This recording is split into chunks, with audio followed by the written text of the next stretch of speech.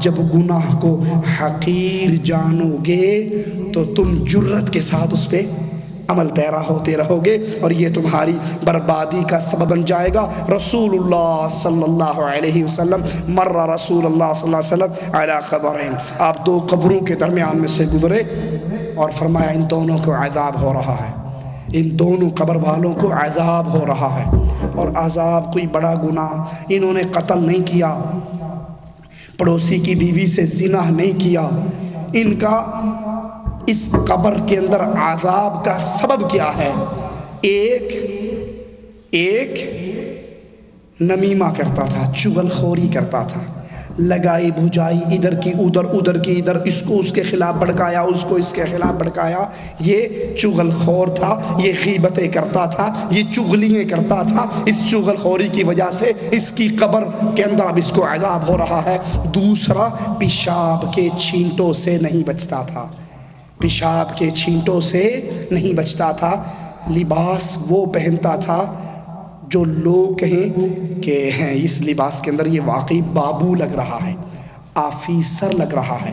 اور اگر کبھی حاجت ہو تو دیوار کے ساتھ کھڑا ہو کے آپ نے اکثر دیکھا ہوگا بازاروں میں، زپ کھولی اور دیوار پہ دھار مار دیں گے، اب وہ ساری چھینٹیں کپڑوں پہ آ رہی ہیں، جوتوں پہ آ رہی ہیں، کپڑے نجس ہیں، جوتے نجس ہیں، پیر گندے ہیں، لیکن وہ ویسا لباس نہیں پہنتا جس لباس سے انسان کا جسم ڈھک جائے، جس لباس سے طہارت کے لیے بیٹھنا آسان ہو جائے، پیشاب کے چھینٹوں سے بچ جائے۔ یہ پیشاب کے چھینٹوں سے نہیں بچتا تھا، معمولی گناہ تھے، ان گناہوں کو یہ معمولی سمجھتے تھے۔ غیبت کرنا ہمارے نزدیک کتنا معمولی ہے، چغلیاں کرنا کتنا معمولی ہے، یہ معمولی سی باتیں تھی۔ اللہ کے نبی نے فرمایا ان دونوں کو عذاب ہو رہا ہے۔ رسول اللہ صلی اللہ علیہ وسلم کے پاس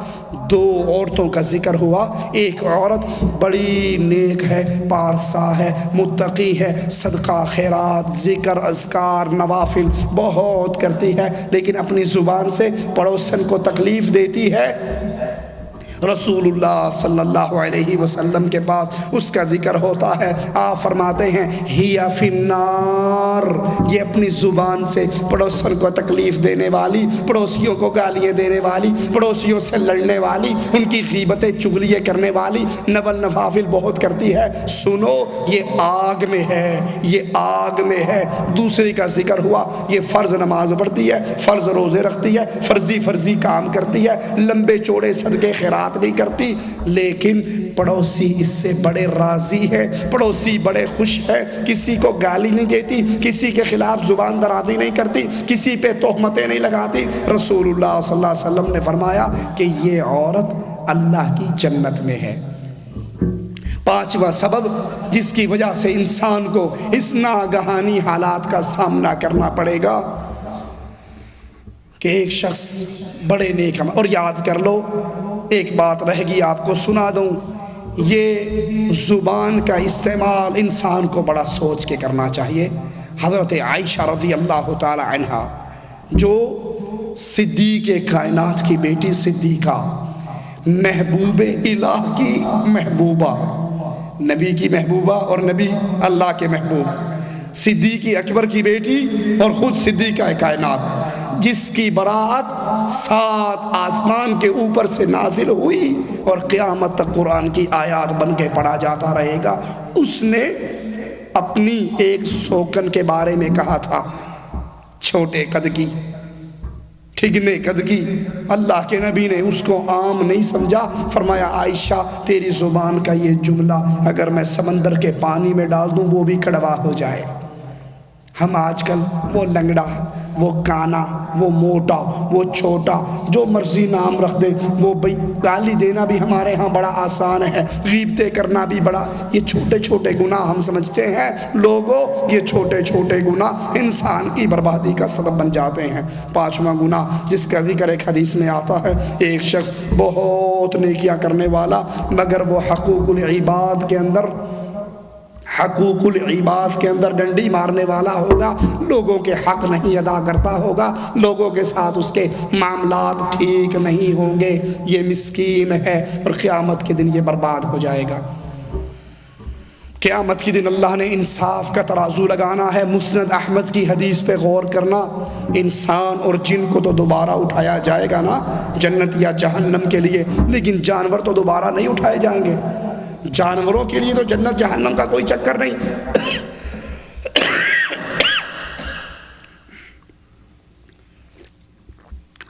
لیکن مسند احمد میں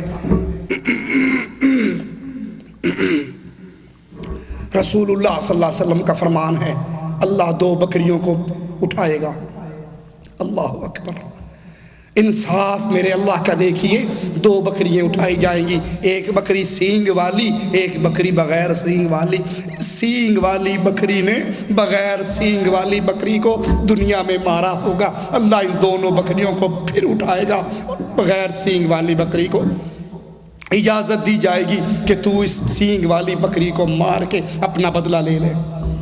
وہ انصاف کرنے والا اللہ عز و جل، قیامت کا دن ہوگا، ایک آدمی آ رہا ہوگا، اس کے ساتھ نیکییں، روزے، زکوٰۃ، حج، خیرات، درس دروس، تبلیغ کا کام، دعوت کا کام، وہ سارا ساتھ ہے، لیکن کچھ لوگ اس کو پکڑ کر آ رہے، کچھ لوگ اس کے دامن سے چمٹے ہوئے آ رہے، کہیں گے اللہ ضربنی ہذا شتمنی ہذا اخذ مالی ہذا، اس نے مجھے مارا، اس نے مجھے گالی دی، اس نے میری غیبت کی، اس نے میری عزت پہ ہاتھ ڈالا، اس نے یہ کیا، اس نے یہ کیا۔ اللہ آج عدل کا دن ہے، تو بدلہ لے کر دے۔ لوگو وہ عدل کرے، وہ عدل کرے تو تھر تھر کانپے اونچی شانوں والے، وہ عدل کرے تو تھر تھر کانپیں اونچی شانوں والے، وہ رحمت کرے تو بخشے جائے مجھ جیسے منہ کالے۔ وہ عدل کرے، رسول اللہ صلی اللہ علیہ وسلم اسی لیے فرمایا کرتے تھے، اللہ کے پیارے حبیب کہ میں رسول اللہ ہوں، اللہ کا نبی ہوں، لیکن میں نہیں جانتا قیامت کے دن میرے ساتھ کیا ہونے والا ہے، تمہارے ساتھ کیا ہونے والا۔ یہ حشر کا میدان ہے، یہ اللہ کے دربار میں پیشی ہے، اب وہ چل رہا ہے، نیکیوں کے انبار ہے، کچھ لوگوں نے اسے پکڑا ہوا، اللہ کے دربار میں پہنچیں گے، اللہ کہے گا تو نے اس کو گالی دی تھی نا، وہ گالی دے کے بھول گیا، وہ گالی دے کے بھول گیا،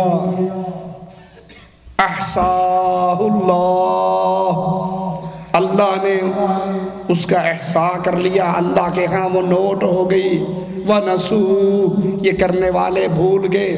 کسی کو ماں کی گالی دی، کسی کو باپ کی گالی دی، کسی کو کوئی گالی دے دی، مذاق میں گالی دے رہا ہو فلاں کا بچہ، اور فلاں کا بچہ،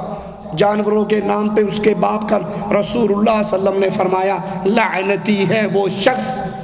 لعنتی ہے وہ شخص، ملعون ہے وہ شخص جو اپنے ماں باپ کو گالی دے۔ صحابہ کرام حیران ہو گئے، اے اللہ کے نبی کیا کوئی اپنے ماں باپ کو بھی گالی دے گا؟ فرمایا یہ کسی کے ماں باپ کو گالی دیتا ہے، کسی کو کہتا ہے تو فلاں کا بچہ، تو فلاں کا بچہ، تو کافر کی اولاد، تو بے ایمان کی اولاد، تو منافق کی اولاد، یا جانوروں کے نام پہ کسی کو کتا کہہ دیا، کسی کو سور کہہ دیا، کسی کو خنزیر کہہ دیا، یہ گالیاں اس نے اس کے باپ کو دی، اس نے جواب میں اس کے باپ کو گالی دے دی۔